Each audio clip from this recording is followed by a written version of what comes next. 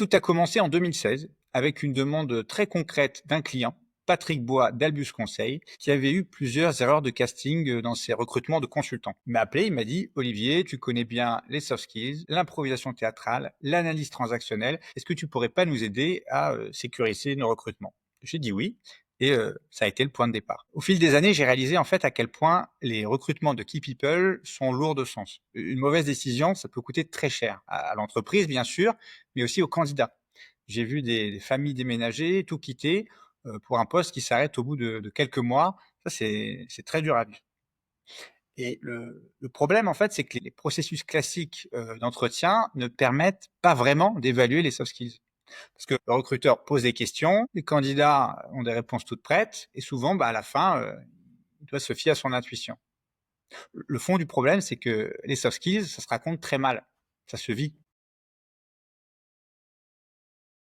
Alors pour concevoir ce protocole, j'ai capitalisé sur 10 ans de pratique antérieure en tant que formateur soft skills. Donc des milliers d'heures de formation à l'impro théâtrale et l'analyse transactionnelle.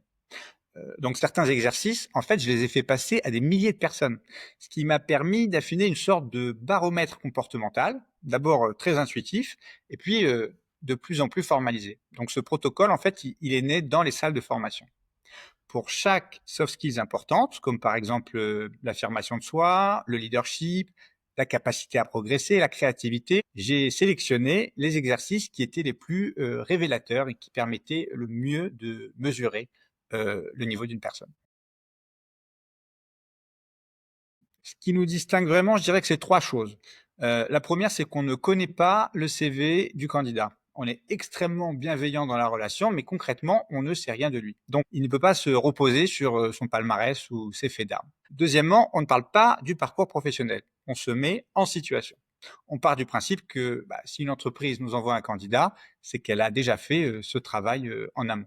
Donc le protocole, il consiste dans une série de mises en situation, certaines qui sont très réalistes et d'autres franchement décalées, mais qui sont toujours adaptées à chaque poste et à chaque entreprise. Donc c'est une approche qui est réellement sur mesure. Le troisième critère, c'est qu'on joue carte sur table. On observe, on mesure et on débriefe tout de suite face au candidat. On ne veut pas que ce soit une boîte noire. On dit tout ce que l'on voit au fil de l'eau avec beaucoup de bienveillance et d'humilité. Donc le candidat ressort en sachant ce qui va être transmis à l'entreprise. Et ça amène une forme d'éthique qui est très importante. Au final, les candidats ils vivent une expérience assez unique avec ce protocole. Et on observe que même ceux qui ne sont pas retenus repartent avec un vrai feedback utile et qui remercient très souvent les entreprises de leur avoir permis d'accéder à cet espace de développement. Depuis 2016, on a fait passer près de 1000 entretiens avec des clients extrêmement fidèles au fil des années. Donc ça nous donne un sacré recul qui améliore encore notre finesse de prédiction. Personnellement, je suis hyper fier de ce protocole parce que il est totalement inédit et qu'il met vraiment la science au service du concret.